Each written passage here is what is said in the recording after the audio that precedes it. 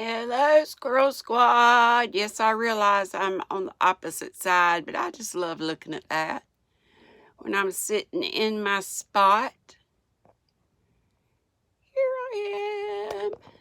I'm sure that'll be the thumbnail, which has nothing to do with book reading. I got something in my eye this morning, so I just washed it out, and cannot seem to get it out. Marks on the slate. After the prairie fire, the weather was so cold that Ma said they must hurry to dig the potatoes and pull the turnips before they froze. She dug the potatoes while Mary and Laura picked them up and carried them down to the cellar in pails. The wind blew hard and sharp. They wore their shawls, but of course not their mittens. Mary's nose was red and Laura's was icy cold, and their hands were stiff and their feet were numb. But they were glad they had so many potatoes. It was good to thaw by the stove when the chores were done and to smell the warm smells of potatoes boiling and fish frying. It was good to eat and then go to bed. Then in dark, gloomy weather, they pulled the turnips. Excuse me. That was harder than picking up potatoes. The turnips were big and stubborn, and often Laura pulled till she sat down hard when the turnip came up. All the juicy green tops must be cut off with the butcher knife. The juice wet their hands, and the wind chapped them till they cracked and bled. Ugh. Mom made a salve of lard and beeswax melted together to rub on their hands at night. But Spot and her calf ate the juicy turnip tops. I was going to say they could have turnip greens. And loved them, and it was good to know that there were turnips enough in the cellar to last all winter long. There would be boiled turnips, mashed turnips, and creamed turnips.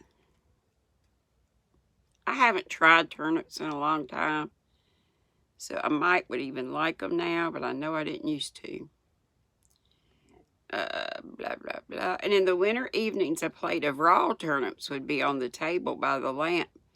They would peel off the thick rinds and eat the raw turnips in crisp, juicy slices. One day, they put the last turnip in the cellar, and Ma said, "Well, it can freeze now." Sure enough, that night, the ground froze. Wow, talk about just in time.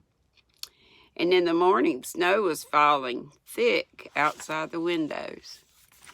Now Mary thought of a way to count the days until Pa would come home. His last letter had said that 2 more weeks would finish the threshing where he was. Mary brought out the slate, and on it she made a mark for each day of 1 week, 7 marks. Under them she made another mark for each day of the next week, 7 more marks. The last mark was for the day he would come, but when they showed the slate to Ma, she said, "Better make more marks for another week for Pa to walk home on," I suppose. So Mary slowly made 7 marks more. Laura did not like to see so many marks between now and the time that Pa would come home, but every night before they went to bed, Mary rubbed out 1 mark. That was 1 day gone. Every morning, Laura thought this whole day must go by before Mary could rub out another mark. Outdoors smelled good in the chilly mornings. The sun had melted away the snow, but the ground was hard and frosty. Plum Creek was still awake. Brown leaves were floating away on the water under the wintry blue skies. At night, it was easy to be cozy.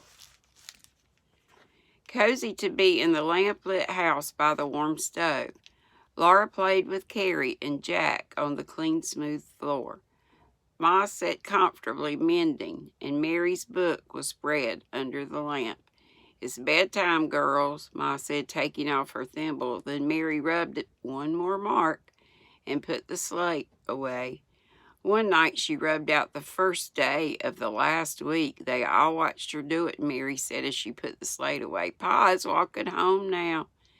Those are the marks he will walk on." In his corner, Jack suddenly made a glad sound as if he understood her. He ran to the door. He stood up against the door, scratching and whining and waggling. Then Laura heard faintly whistling through the wind. when Johnny comes marching home. "It's Pa, Pa!" she shrieked and tore the door open and ran pell-mell down through the windy dark with Jack bounding ahead. "Hello, Half-Pint," Pa said, hugging her tight. "Good dog, Jack." Lamplight streamed from the door and Mary was coming and Ma and Carrie.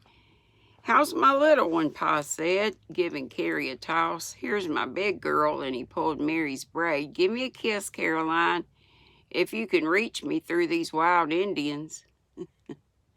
Then there was supper to get for Pa, and no one thought of going to bed. Laura and Mary told him everything at once about the wheels of fire, potatoes and turnips, and how big Spot's calf was, and how far they had studied in their books. And Mary said, "But Pa, you can't be here.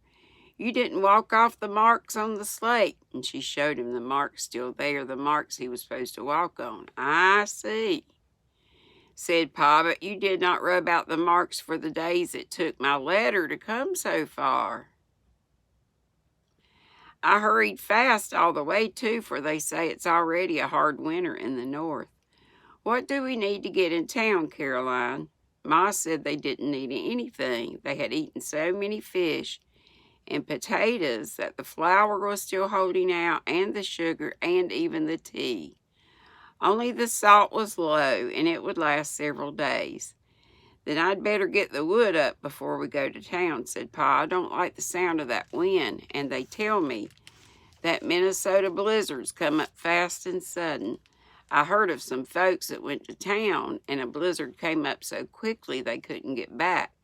Their children at home burned all the furniture, but they froze stark stiff before the blizzard cleared up enough so the folks could get home."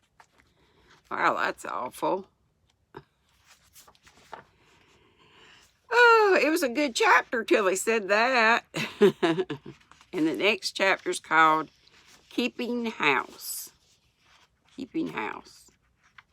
And there were no pictures. I think I'll show you all the pictures when there are any. I hope you're having a good hump day. I think it's Wednesday, because I'm live at 5 today. So I hope you can make it. And I'm going to do my other reading. I have to hobble into the other room. This knee, y'all. Ooh. I guess it's getting better, but it sure hurts. Bruised, bruised, bruised. Anyway, yeah. I'll read the Joe's Boys next. Then I'm going to get on my tutorial. And I'm happy that some of you are joining me on making the used stuff cow, which I'm sure is not original. It's just basic. Okay, we'll talk to y'all later. Hope to see you at 5 Eastern. Bye-bye. Love you. Oh, and you always got to be sweet, not be ugly.